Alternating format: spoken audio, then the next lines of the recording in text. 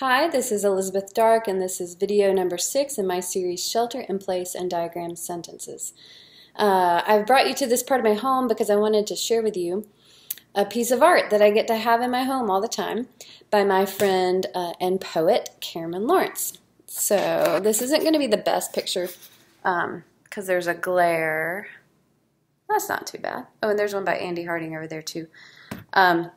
This piece here is by Cameron Lawrence. It's called The Image is the Poem, and I love it for a zillion reasons, but I am always fascinated when we're thinking about or talking about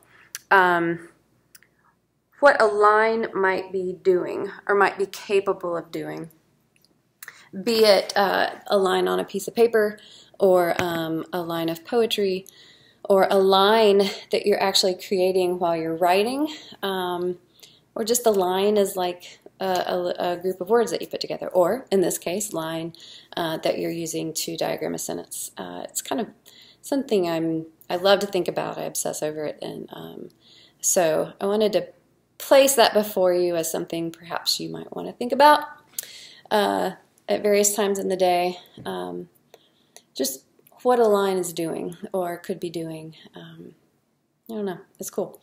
But we are here to talk about diagramming sentences. So I'll just say Cameron Lawrence. You can have works of his. In fact, I think every friend that I know who knows Cameron also has a work of Cameron's in their house.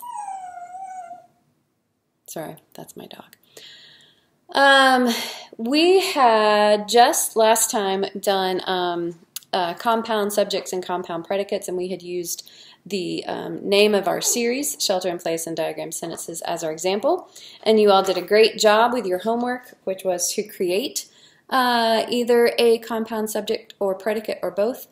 And you did it. It's not difficult, and there were no errors. In fact, some of you complicated it very nicely, and you complicated it correctly. So I'm just going to move on past that. And we're going to begin what's probably going to be a few videos about verbal phrases, and specifically today we will talk about infinitives. Infinitives, if you will recall, are when you have to plus a verb, like to run, to think, to write. And in this case, the to is not a preposition, it's not a prepositional phrase, it is the subject, or it is the direct object, or it is the predicate nominative. It's acting as like a noun in the case that we're going to use today. And for our topic, since we are all thinking through how we will reopen, and we've tried to keep our theme sort of pandemic based, I thought I would tackle masks. And so I have a sentence that I hope you will take to heart as we diagram it. To wear a mask in a store is to love your neighbor. Yeah, that's our sentence that I would like for you to diagram. So we'll put that here. There are two infinitives. There are two infinitives in this sentence: to wear and to love. And it's going to look really cool when we're done because infinitives go up on stilts.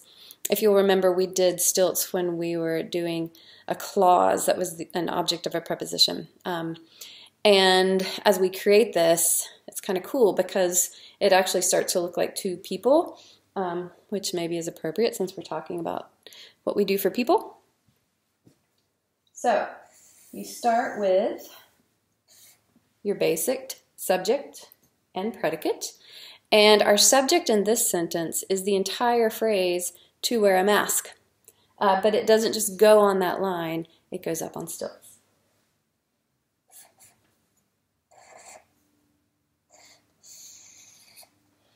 And it looks like a prepositional phrase that you're just like lifting up a little bit.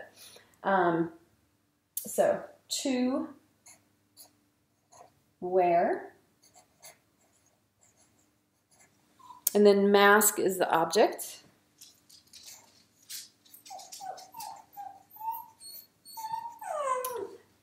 Sorry, can you hear her? She's very cute, and she's spoiled. To wear a mask, whoops, a mask, In a store is a prepositional phrase, which is describing where you wear it. So it's going to go under where. And I didn't leave a lot of room, but we'll put it here.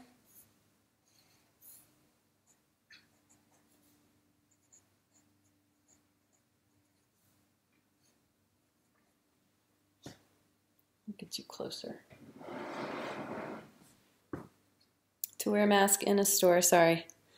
To wear a mask in a store is, and you'll notice is a linking verb, so that means the line that I put before to love your neighbor is going to be slanting back to the subject, like so. And then another stilt.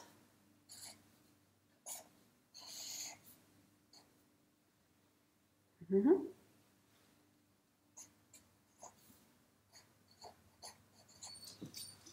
And then same thing that we did with mask, we're going to do over here with neighbor.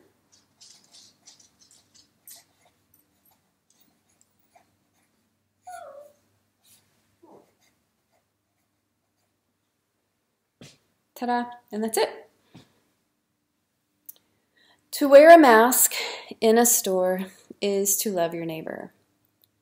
So, I'll get that a little closer for you to absorb, take in.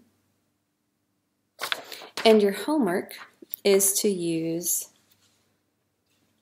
that structure to create a sentence with two infinitives, one in the subject and one in the predicate. See, it looks kind of like people, like doing these arm things, and their heads are just a little off center, don't you think? This is the fun part. Yeah, but do that, and as you want to add prepositional phrases, feel free to. Adjectives, adverbs, as always, whenever you want. And let me see what you come up with. Give me some fun stuff. Thank you. Bye.